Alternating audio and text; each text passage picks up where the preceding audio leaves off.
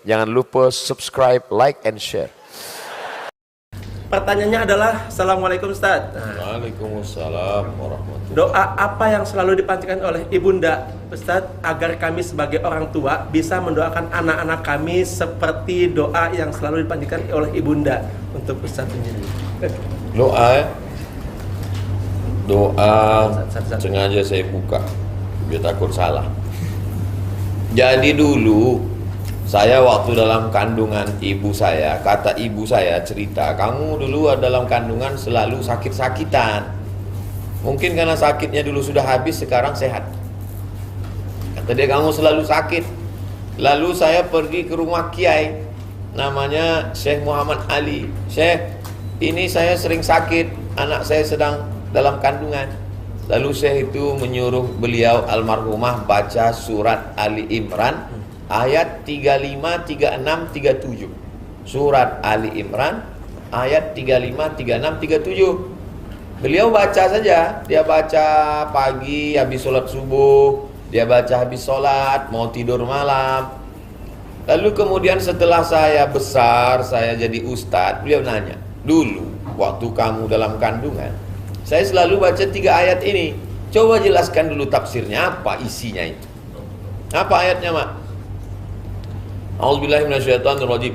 Idz qalat imra'atu Imrana rabbi inni nadzartu laka ma fi batni muharrara. Ya Allah, aku bernazar nanti kalau anakku lahir, anak yang ada dalam perutku ini, aku akan jadikan dia muharrara. Saya baca, oh ini doanya istri Imran, namanya Hana. Ada seorang perempuan namanya Hana, nama suaminya Imran. Dia lama tidak punya anak, dia bernazar, nanti kalau aku punya anak, anakku ini akan jadi muharrar. Muharrar artinya khalisan li khidmati baitil maqdis. Anakku ini nanti kalau lahir dia akan menjadi pelayan agama, servant of God, menjadi pelayan Tuhan. Dia tidak ada sibuk yang lain, dia hanya sibuk menolong agama Allah SWT. Akhirnya Hana pun mengandung, dan Allah menjaga anak itu. Anak Hana Imran itu bernama Maryam, dan Maryam itu punya anak bernama Isa. Inilah keluarga kecil, suaminya Imran, istrinya Hana, anaknya Maryam. Maryam punya anak namanya Isa. Keluarga kecil ini bernama Ali Imran. Ali artinya keluarga. Allahumma sholli ala sayyidina Muhammad wa ala Ali Muhammad, keluarga Muhammad. Ali Imran, keluarga Imran. Jadi saya baca-baca di situ, ternyata 3 ayat itu fungsinya adalah doa supaya anak ini dilindungi Allah Subhanahu wa taala. Makanya kalau ada yang hamil selalu minta doa, saya suruh baca 3 ayat ini, diamalkan karena dia ayat sekaligus zikir sekaligus doa. Yang kedua, ketika saya membawa almarhumah ibu saya jalan-jalan ke Medan, di hotel di depan Masjid Raya Al-Masud, depan Istana Maimun. Katanya temannya mau datang, temanku mau datang, iyalah saya antar ke lobi. Saya duduk di samping, saya biarkan mereka ngobrol. Saya duduk di samping, saya nguping juga dikit apa yang mereka bicarakan. Temannya nanya, waktu anakmu dulu kuliah ke Mesir, berapa tahun dia tidak pulang? 4 tahun. Selama itu dia sehat-sehat saja, sehat. Apa yang membuat kau tahan berpisah dan membuat dia sehat? Apa doamu? Waktu itu ibu saya menjawab, kata dia, tiap malam aku tahajud dan kudoakan anakku itu 100 kali Al-Fatihah, tak pernah putus setiap malam. Setiap malam aku bangun, aku tahajud, aku baca Quran, kudoakan 100 kali Al-Fatihah sampai azan subuh. Dan beliau pun ketika meninggal usia 70 tahun, hari Senin, pada saat beliau sedang puasa sunat, malam itu dia seperti biasa sholat tahajud, habis tahajud dia baca Quran, habis itu dia makan sahur, menjelang azan subuh dia berzikir, lalu kemudian sakit kepalanya, meninggal dunia pas hari Senin. Jadi salah satu yang membuat kita ini hidup berkah adalah doa dari orang tua. Ibu-ibu, saya selalu menceramah ibu-ibu, karena dari seorang ibu akan lahir anak-anak yang luar biasa. Maka saya yakin dan percaya Pak Muhammad Feryadi begitu pedulinya pada fakir miskin, anak yatim, peduli pada ajaran Islam, itu juga saya yakin adalah dari doa ibunda beliau yang hari ini ada bersama kita. Hanya saja beliau lebih beruntung dan bertuah daripada saya. Ibu saya sudah meninggal, ibu beliau masih ada. Bagi yang masih punya ibu, bahagiakanlah ibu, karena ada surga di atas surga. Surga dunia adalah ibu. Kalau dia sudah tidak ada, maka dunia ini terasa hampa saja, tak ada rasanya lagi. Andai dia masih hidup, foto saya dengan Pak Muhammad Feryadi, ceramah saya, kalau saya pulang selalu saya ceritakan, aku pergi ke sini, aku berjumpa dengan ini gambarku, ini. Tapi setelah tak ada tempat bercerita. Tapi saya selalu meluahkannya dalam bentuk sedekah. Sampai hari ini setiap bulan sedekah beras, bagi sembako untuk almarhumah.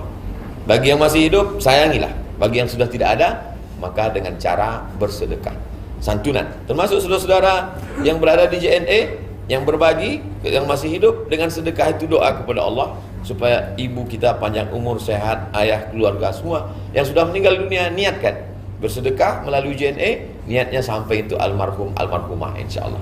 Saya kira itulah doa yang dipanjatkan orang tua saya. Wallahu a'lam. Baik, terima kasih Ustaz. Ya. Tadi Pak Novianto ya. Jadi Pak Novianto menanyakan tentang doa. Tadi ada dua kalau saya boleh simpulkan. Yang pertama adalah dengan membacakan surat Ali Imran ayat 35, 36 dan 37. Kemudian salah satunya adalah dengan melakukan selalu salat malam, salat tahajud dan mengamalkan 100 kali surah Al-Fatihah ya. Baik Pak Novi, itu mungkin jawaban dari Ustaz Abdul Samad yang mungkin bisa diamalkan juga oleh Pak Novi dalam mengamalkan kepada anak-anaknya juga. Pertanyaan beliau adalah, Assalamualaikum Ustaz. Waalaikumsalam. Ya. Bagaimana cara mendidik anak agar menjadi anak yang amanah? Ini katanya antara orang tua dengan anak terus nih tadi juga. Saya khawatir nanti setelah selesai ngaji, ibu-ibu mengumpulkan anaknya habis sholat maghrib, lalu dia ceramah. Ya ayyuhallazina, anak-anak. Amanah menurut etimologi, amanah menurut terminologi, amanah menurut Al-Quran, amanah menurut sunnah. Amanah itu tidak bisa diajarkan demikian. Amanah itu langsung aplikasi-aplikasi nyata dalam kehidupan. Kami dulu ketika kecil main-main di jalan, ketemu mobil-mobilan, dibawa pulang ke rumah. Nanti mau tidur malam, diperhatikan oleh ibu, oleh ayah. Lihat, ini dapat dari mana? Ini kan tidak pernah dibelikan, dapat di jalan tadi. Punya siapa? Nggak tahu. Sekarang juga antarkan di tempat di mana kau temukan tadi. Karena nanti di akhirat dia ini akan membesar dan kau akan memikulnya di hadapan Allah Subhanahu wa ta'ala. Dulu saya kira itu hanya cara orang tua menakut-nakuti kita saja. Ternyata setelah saya jadi ustadz, belajar hadis, ternyata ada hadisnya, ada ayatnya. Wa may yaghlul, siapa yang curang, ya'ti bima ghalla yaumal qiyamah. Siapa yang curang, dia akan membawa kecurangannya pada hari kiamat. Jadi apa saja kecurangan kita, kita akan pikul itu nanti pada hari kiamat. Di akhirat nanti kita akan melihat orang-orang yang mikul mobil, ada orang yang mikul. Betapa malunya nanti kalau kita ketemu, ternyata ada yang memikul titipan JNE. Karena tidak sampai kepada kita. Itu tidak terjadi. Sana orangnya amanah semua, insya Allah. Amin. Betapa malunya kita ada yang mikul bakwan. Karena dulu waktu SMP makan 3 bayar 1. Ini amanah-amanah semua. Nah, jadi itu yang diajarkan. Kemudian saya ketika SMP, saya sekolah madrasah, namanya Madrasah Sanawiyah Muallimin di Medan. SMP, selepel SMP. Itu di depan sekolah ada tukang jual miso, bakso. Dan teman-teman saya lihat kalau makan tahu, Bu, tahunya 2. Padahal saya hitung tadi rasa-rasanya lebih. Kenapa dia tidak amanah? Kami selalu diajarkan, engkau kalau kau lihat orang tua itu ibumu. Diajarkan begitu orang tua. Kalau kau lihat ada orang tua itu ibu. Saya tidak sekalipun pernah makan makanan itu lebih dari yang saya bayar. Kalau saya makan 1, saya bayar 1. Saya makan 2, saya bayar 2. Bukan karena saya takut pada Allah. Karena waktu itu kita kecil, kita belum tahu betul tentang konsep Allah. Tapi saya melihat ibu penjual itu adalah ibu saya. Saya tidak akan tipu dia. Bagaimana kalau saya menipu ibu saya? Jadi selalu kita sadarkan pada anak-anak, nah, jangan kau ejek ibu itu ibumu. Maka ketika dulu kami kuliah di Mesir, sangat rindu kepada ibu, sangat rindu kepada orang tua. Ketika sedang haji ke Makkah dari Kairo, naik kapal laut 2 hari 2 malam sampai di Makkah, kita selalu melihat ibu-ibu itu adalah ibu. Oh, Ibu-ibu jamaah haji ini adalah ibu kita seperti ibu kita. Maka saya pun ceramah, saya ditanya oleh beberapa jamaah, Ustadz, ada yang saya catat dari ceramah Ustadz. Kenapa Ustadz 2 poin? Pertama, kenapa Ustadz kalau ceramah itu seperti ngobrol? Ceramah Ustadz dialogis. Yang kedua, kenapa kalau Ustadz ceramah, Ustadz tidak pernah menyentuh pornografi? Sebagian Ustadz ada yang cerita porno untuk ketawa. Saya katakan yang pertama, saya ketika ceramah, saya menghadapi seolah-olah di depan saya itu adalah ibu saya. Yang kedua, tidak mungkin saya menyentuh hal berbau pornografi di depan orang tua saya, di depan kakak saya, di depan adik perempuan saya. Maka saya cerita masalah agama saja. Jadi bagaimana itu kita tanamkan ke anak kita. Itu kalau kau lihat ada anak gadis, dia adalah adikmu, dia adalah kakakmu. Kemudian amanah ini. Lalu kemudian orang tua ini, betul, pendidikan pertama itu adalah pendidikan di rumah. Al-madrasatul ula.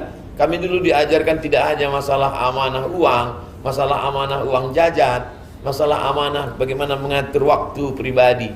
Berawal dari bangun tidur, bagaimana spray tempat tidur ini harus bersih, harus rapi. Kemudian tidak boleh meletakkan anduk di atas tempat tidur basah, harus dijemur. Kemudian melipat pakaian. Nanti kau sekolah jauh, kau tidak punya saudara perempuan. Nanti kalau kau sekolah jauh, kau mesti pandai masak, mesti pandai belanja. Apa yang dikatakannya itu betul. Akhirnya kami pergi ke Mesir 4 tahun, ke Maroko 2 tahun. Bagaimana mengatur beasiswa yang hanya 162 pon, di Kairo yang 50 pon untuk biaya makan, 50 pon untuk sewa rumah, yang 50 pon untuk jajan, yang bagaimana ini. Jadi amanah itu luar biasa. Ibu kalau berhasil mendidik anaknya berikan luar biasa. Sedangkan bapak mencari nafkah. Dua-duanya penting, berbagi-bagi tugas. Maka insya Allah ibu-ibu yang sebagiannya menjadi Sri Kandi bekerja, maka sebagian waktu untuk anak sudah terambil. Maka ketika sudah selesai bekerja di JNE, pulang ke rumah, matikan handphone, matikan TV, maka full lah waktu itu untuk anak. Jangan lagi sampai setelah habis dia untuk orang lain, lalu kemudian waktu untuk anak ini tersita, sehingga dia menjadi anak yang kehilangan perhatian kasih sayang seorang ibu. Ibu adalah makhluk yang luar biasa.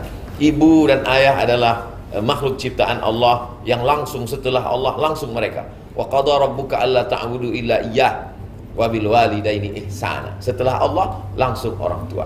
Jadi karena orang tua itu memberikan pengaruh pikiran yang luar biasa, terutama mendidik kita menjadi orang-orang yang amanah. Demikian. Baik, terima kasih Ustaz. Bagaimana Bu Purba? Semoga sudah terjawab ya Bu, bagaimana bisa mendidik amanah, mendidik anak untuk bisa lebih amanah seperti itu. Saya rasa tadi jawaban Ustaz sudah sangat jelas dan juga sangat tepat sekali.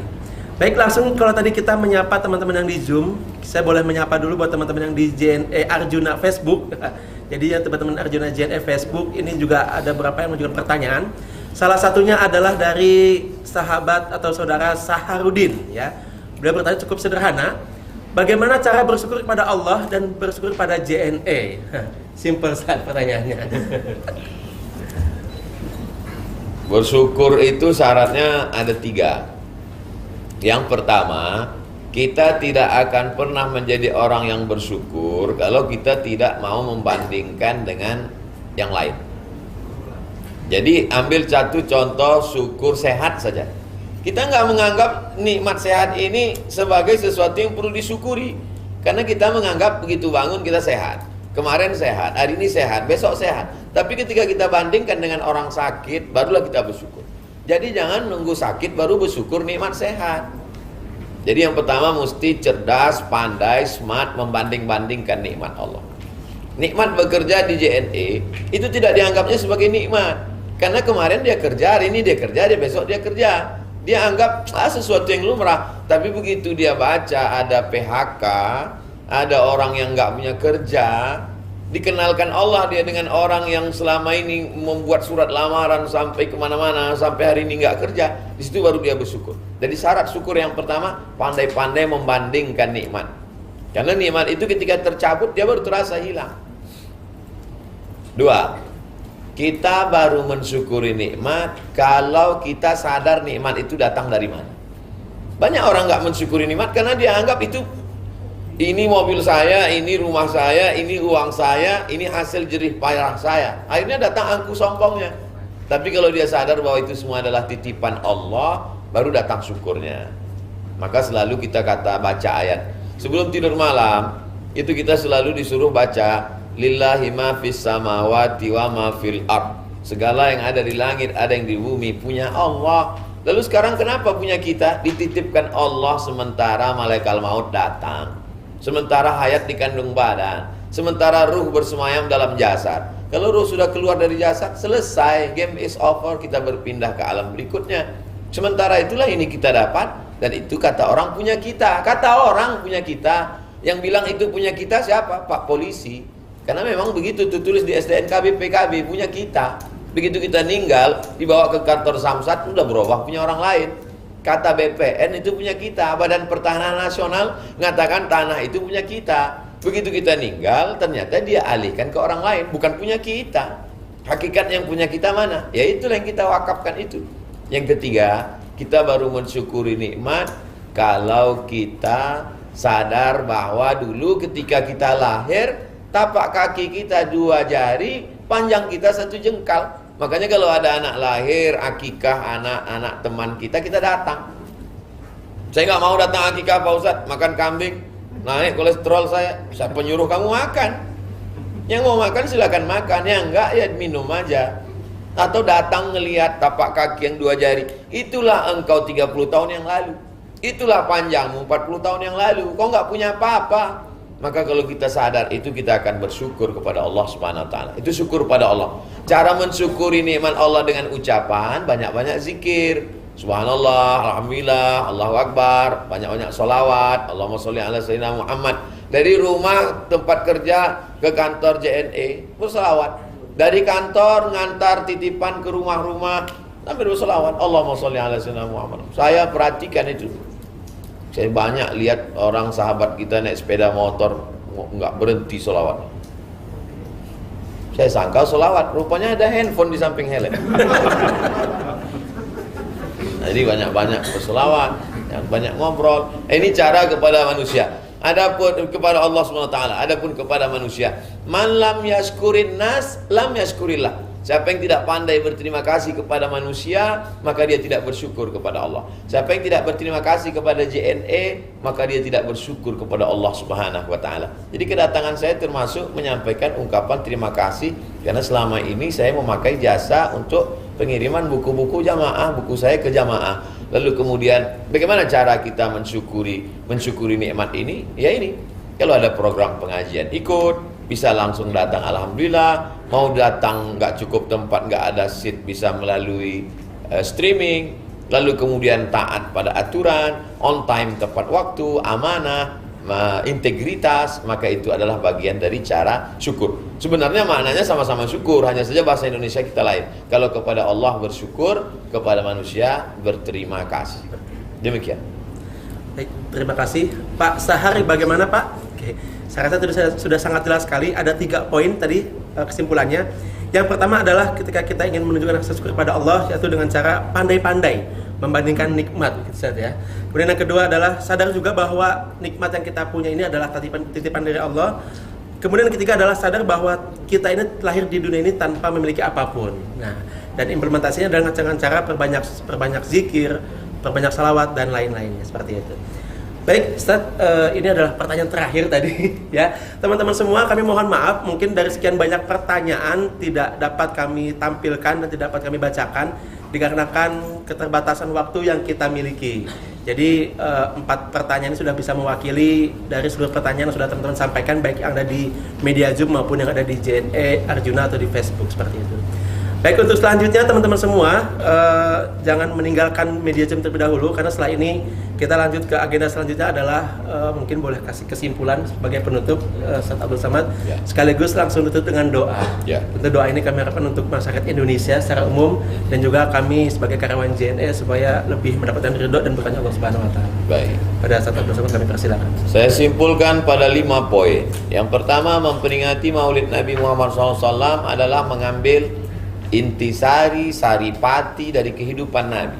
Salah satu yang dapat kita ambil adalah kejujuran dan amanah Nabi Muhammad SAW. Kita aplikasikan dalam kehidupan nyata di tengah keluarga dan di tempat bekerja.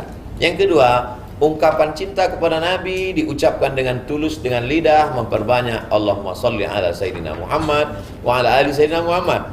Apa bukti cinta? Kita berkorban. Apa pengorbanan kita? Bantulah syariat Nabi Muhammad. Bagaimana cara membantunya? Bantu dalam bentuk sedekah ke masjid, membantu umat Nabi Muhammad SAW yang sama-sama seiman dengan kita, sebangsa setanah air, dalam bentuk santunan anak yatim seperti yang dilakukan pada hari ini. Yang ketiga, bahwa sebagai seorang mukmin kita dituntut untuk yakin kepada Allah, tapi tidak hanya sekedar yakin bahwa Allah itu ada. Allah melihat kita, Allah memperhatikan kita, Allah mencatat segala amal kita, dan kita akan ada pertanggungjawaban nanti. Isma syi'ta, hidup sesuka hatimu, fa innaka mayyit, kau akan mati, dan kalau kau sudah mati kau akan dituntut di hadapan Allah setiap detik, setiap waktu, setiap hembusan nafas akan ada pertanggungjawabannya. Yang keempat, sebagai manusia kita ada ikatan negara, ada aturan, kita ada ikatan kantor sebagai pegawai, sebagai karyawan, sebagai ksatria, sebagai Sri Kandi, maka kita ikuti aturan manusia ini. Aturan manusia ini adalah kesepakatan sekelompok manusia yang disebut dengan etika atau moral.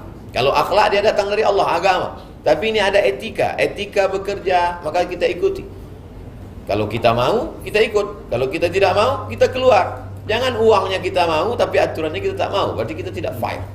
Yang terakhir, yang kelima, jangan angkuh pada manusia, jangan sombong pada Allah. Maka tidak angkuh kepada Allah dengan berdoa, tidak angkuh kepada manusia dengan menjalin silaturahim. Hablum minallahnya baik, hablum minan nasnya baik. Saya kira itulah 5 kesimpulan kajian kita pada pertemuan ini.